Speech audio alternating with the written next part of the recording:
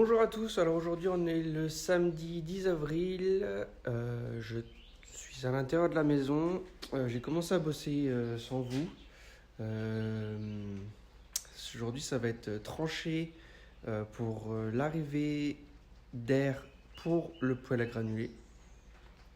Du coup je vais de recreuser ma dalle et faire mon arrivée d'air sur l'agrandissement, sur le bardage de l'agrandissement. Donc j'ai commencé, je vous mets tout de suite un petit accéléré de ce que je viens de faire.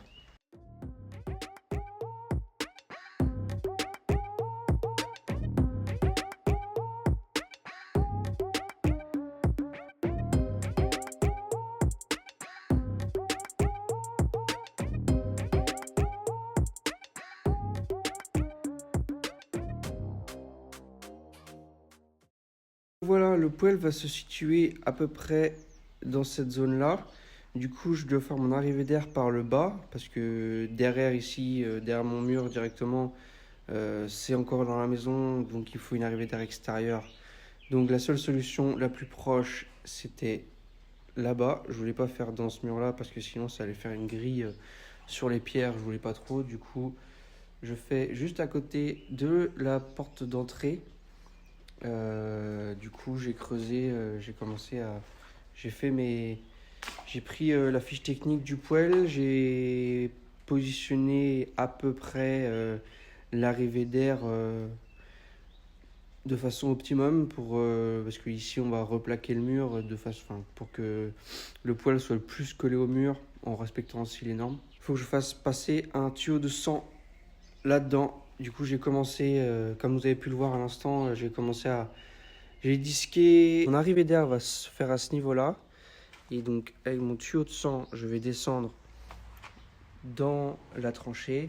Et après, ça va courir le long de la tranchée. Jusqu'ici. Et donc, ici même, sortie. Et piquage sortie du poêle en tube de 60. Vous pouvez voir donc juste ici la tranchée que j'ai réalisée. J'ai plus qu'à faire mon Tetris de PVC pour le tuyau. Mais j'ai un petit souci, j'ai pas mal de coudes, pas mal de coudes et tout ça. J'ai des tuyaux aussi que j'ai besoin, enfin que j'ai les tuyaux.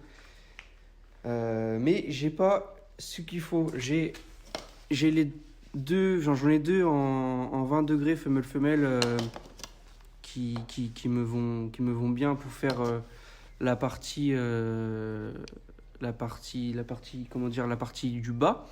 Mais il me faut deux coudes à 90 pour remonter du côté du mur et de l'autre côté pour remonter la sortie dans la dalle pour la connexion avec le poêle. Parce que j'ai des 67 degrés là, mais il me faut 90. Du coup, va falloir aller faire un petit tour au magasin.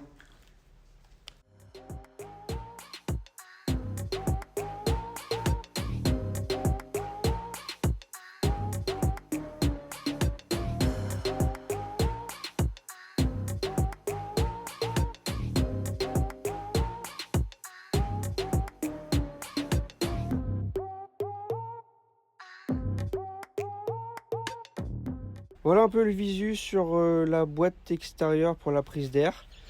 Alors c'est une boîte assez simple qui se démonte de cette façon. Donc voilà, une bonne prise d'air, tuyau de sang. La prise d'air se fait par les côtés. Donc de ce côté-là et de ce côté-là, enfin il y a les deux côtés. Donc voilà, elle se remboîte très facilement. Et d'origine elle n'est pas peinte de cette couleur-là, mais je l'ai fait repeindre. Couleur des menuiseries. Vous pouvez voir un peu que c'est la même couleur. Bon, c'est très très sale, mais c'est la même couleur.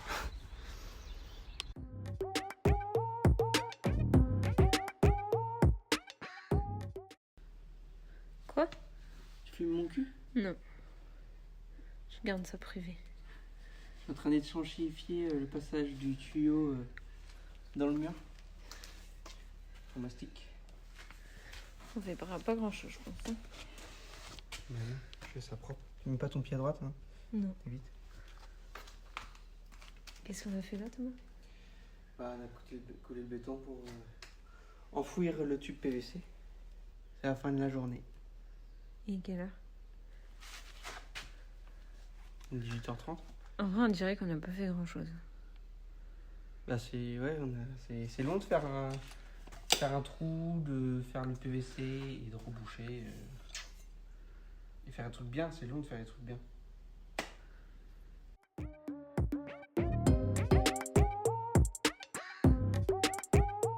Le temps de disquer tout ça, ça a fait énormément de poussière. Parce que c'était, bon, c'est la dalle, c'est du béton, du coup ça a fait énormément de poussière. Donc j'ai tout ouvert les fenêtres, là tout est ouvert. Et aussi on a une petite nouvelle, c'est tadadam, une première partie de toiture.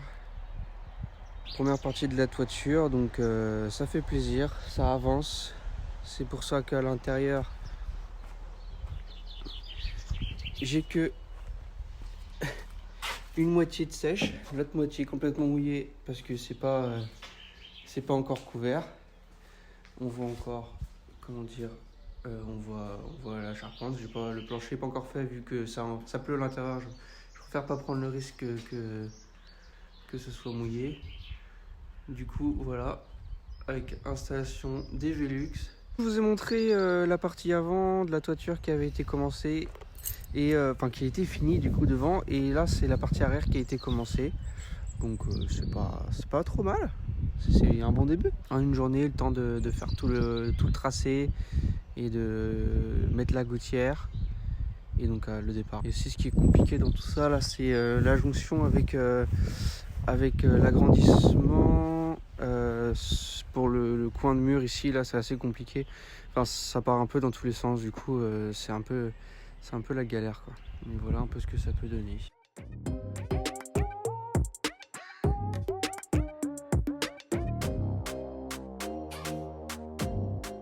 Après la venue du couvreur pour le week-end dernier, il nous a dit il montrait que nos joints de mur étaient pas très bons et qui tenaient pas. Enfin, on a bien vu aussi parce que j'avais vu quand il y a eu les gels il y a pas très longtemps, une bonne partie de l'enduit était tombée.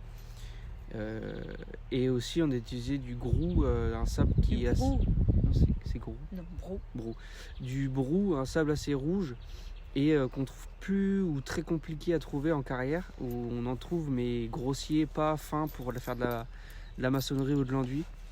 Du coup on a dû refaire tout, on a tout regratté et on a tout repris. On a pris du sable Boderio en 0,4 et des sacs de chaux différents, de la meilleure qualité de chaux, parce que je pense que ça a dû jouer sur le fait que notre enduit n'a pas tenu.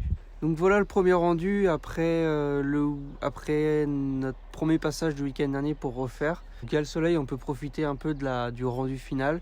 Je pense qu'il va encore sécher un peu plus. Il faut aussi que peut-être que je remonte pour faire un petit coup de grattage final pour unifier toutes les couches entre guillemets.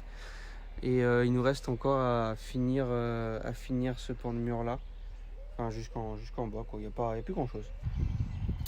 Donc voilà, fin de journée pour nous. Ça s'approche de 19h, le soleil tape dans la figure après une journée un peu dégueulasse avec toute la pluie et tout ça. C'est la fin de la journée. Je vous laisse sur ces petites images. Hop, un beau toit qui fait du bien. Voilà. Allez, à plus. Et si t'es pas abonné, n'hésite pas, ça fait plaisir à tout le monde.